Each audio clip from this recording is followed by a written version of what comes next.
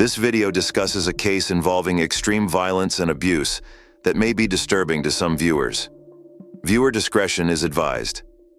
Before we continue, if you want to see more videos like this one, please give this video a like and subscribe to our channel.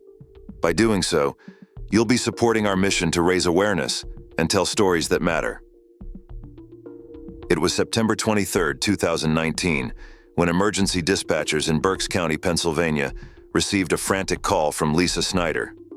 Her voice was filled with panic as she reported finding her two children, 8-year-old Connor and 4-year-old Brinley, hanging in the basement of their home. "They're hanging!" she cried. "I can't cut them down. They're too heavy." First responders rushed to the scene, only to be met with a horrifying sight. The children were hanging by a single dog lid tied to a basement support beam. 2 overturned chairs lay beneath them, suggesting a grim narrative. Connor and Brinley were rushed to the hospital, but it was too late. Both children were pronounced dead shortly after arrival. Lisa's explanation was as shocking as the scene itself. She claimed Connor had been bullied for being overweight and had often talked about ending his life. But that wasn't all. Lisa said Connor had told her he didn't want to die alone, which is why he brought his little sister with him. It was a story that immediately drew public sympathy. But as investigators would soon discover, it was all a lie. Lisa's claim centered around one heartbreaking idea. Her son had been tormented for his weight, pushed to the brink by relentless bullying. She painted a picture of a child who felt isolated and hopeless, driving him to take his life and his sister's. But as detectives began their investigation, Lisa's narrative started to crumble. They spoke with Connor's teachers, classmates, and school staff, who all described him as a cheerful, well-liked boy. Connor wasn't the target of bullying, they said. He had friends, loved riding his bike, and showed no signs of being deeply troubled. Even more damning was the lack of evidence at home.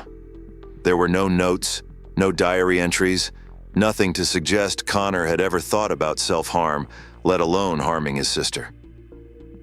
Detectives began to question why Lisa would make up such a story. Was it grief? Denial? Or was there something more sinister at play?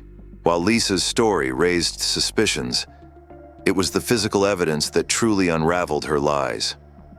Police discovered a receipt from Walmart, dated just 1 day before the children's deaths.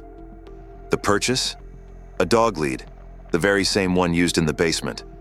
Surveillance footage from the store showed Lisa walking calmly through the aisles, picking up the leash and paying for it in cash. Then, investigators turned to Lisa's internet history, which revealed chilling searches in the days leading up to the crime. She had searched for quick ways to die by suicide, how to kill someone without leaving evidence, and detailed methods involving dog leads. This wasn't a tragic case of bullying gone too far. This was premeditation. Why would a mother kill her own children? It's the question that haunted investigators and the public alike. To answer that, they had to dive deeper into Lisa Snyder's past, one that was far more complicated than it appeared on the surface. Lisa's struggles with motherhood weren't new. She had often complained about the challenges of raising Connor, who she described as difficult and demanding. Despite this, Connor was described by many as a normal, active child. He loved sports and had friends. He wasn't the isolated, bullied child Lisa painted him to be. But Lisa's own frustrations with him were well known. Lisa had been married twice and had 2 children from each marriage. Her first marriage ended in divorce, and her second marriage was equally troubled. Her relationship with her second husband, who was also the father of Connor and Brinley, was unstable. There were reports of domestic disputes, and friends of the family claimed that Lisa had spoken about how hard it was to manage her children. Perhaps most telling was the history of Child Protective Services, CPS, involvement. In 2014, Lisa's children were removed from her care for a period of time after a report of neglect was filed. While the children were eventually returned to her custody, this history raised questions about her ability to care for them. The strain of this on her already fragile mental state seemed to be a contributing factor in her increasingly erratic behavior. It wasn't just the children. Lisa herself had a troubled history of mental health struggles, which she'd alluded to in conversations with friends and family. She had been diagnosed with depression and anxiety, but it was the rumors of deeper psychological issues that came to light as investigators dug further. Some reported that Lisa had expressed feelings of being overwhelmed by the responsibility of motherhood, and others claimed she had often talked about how difficult Connor was to raise. There were also disturbing reports of Lisa's tendency to fabricate stories.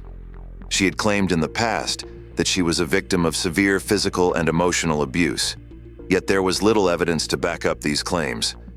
Some of her acquaintances believed she was prone to exaggeration and seeking attention.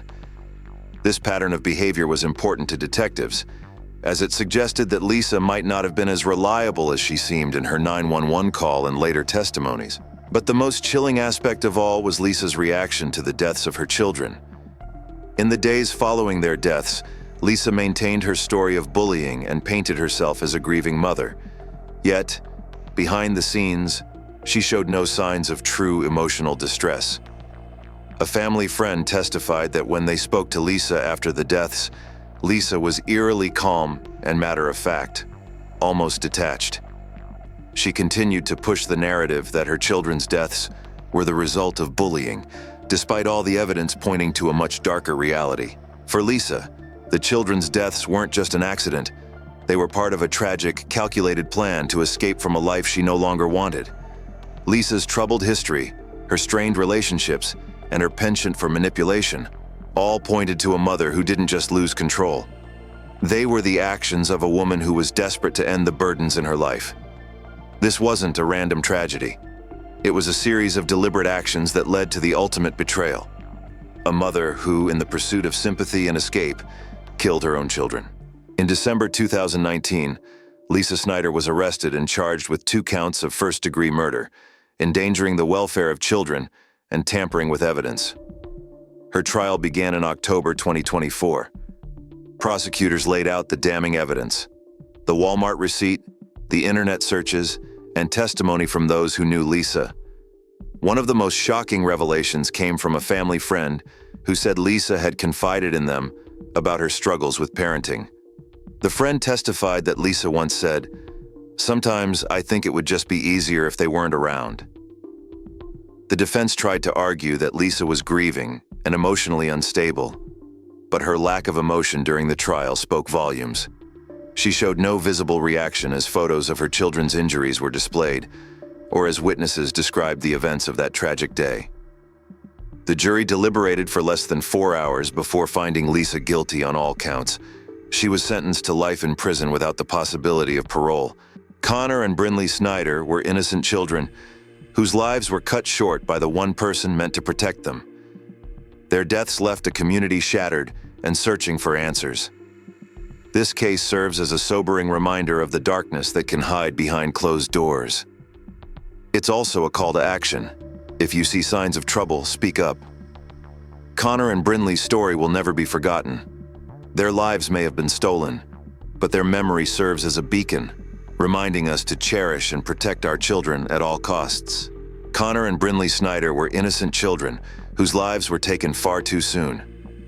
They were full of potential, dreams, and love, but their lives were stolen by the one person who was supposed to protect them. Their story serves as a reminder of the darkness that can lurk behind closed doors and the importance of staying vigilant when it comes to the safety of our children. Though Lisa Snyder tried to twist their legacy with lies, we must remember Connor and Brinley for who they truly were. 2 young souls full of life, with bright futures ahead of them. Rest in peace, Connor and Brinley. Your story will never be forgotten. You will always be remembered by those who loved you and those who have learned from your tragic loss. Thank you for joining us on this journey into one of the most heartbreaking and shocking true crime cases in recent memory. If you found this story compelling, please like, share, and subscribe to Secrets and Shadows. Together, let's honor the memories of the innocent and seek justice for those who can no longer speak for themselves.